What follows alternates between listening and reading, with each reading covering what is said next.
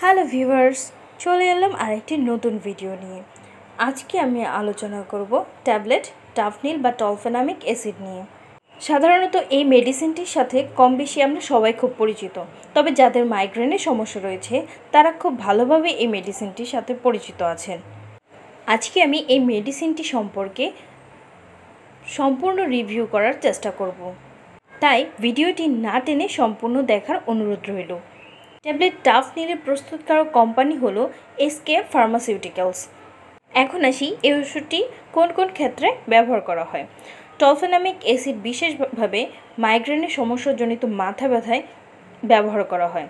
এছাড়াও post operative ব্যথা, যাদের অতিরিক্ত জ্বরের কারণে প্রচুর মাথা ব্যথা হয়, সেই সমস্যায় এই ওষুধটি ব্যবহার করা হয়ে থাকে। এখন আসি এই ওষুধটির মাত্রা ও সেবনবিধি নিয়ে। যখন তীব্র মাথা ব্যথা বা মাইগ্রেনের উপসর্গ দেখা যায় তখন 200 মিলিগ্রামের একটি ট্যাবলেট খাবার পর খেতে হবে।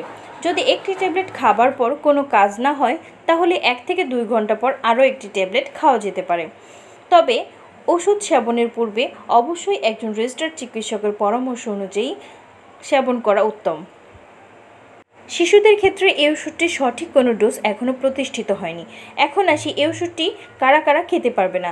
যাদের আলসারজনিত কারণে পেটে ক্ষত রয়েছে, যাদের অন্ত্রে রক্তপ্রবাহজনিত সমস্যা রয়েছে, এছাড়াও হৃদরোগ, কিডনিতে সমস্যা, হাঁপানি এবং অ্যালার্জিজনিত সমস্যা যাদের রয়েছে তারা এই ওষুধটি ব্যবহার করতে পারবে না।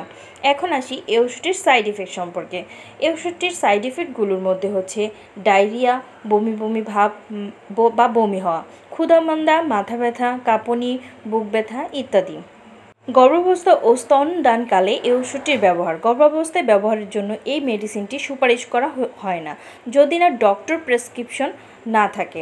স্তনদানকালে এই ওষুধ এড়িয়ে যাওয়া উত্তম। এই ওষুধটির বর্তমান বাজার মূল্য প্রতিটি ট্যাবলেটের দাম হচ্ছে 10 টাকা। এটি আপনারা যে কোনো ফার্মেসিতেই পেয়ে যাবেন।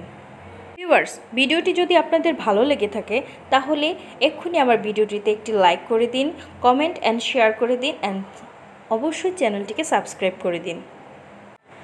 টাফনিল সম্পর্কে আরও কোনো তথ্য আপনাদের জানার থাকলে অবশ্যই আমার কমেন্ট বক্সে এসে কমেন্ট করতে পারেন। আমি আপনাদের প্রশ্নের অ্যান্সার দেওয়ার চেষ্টা করব।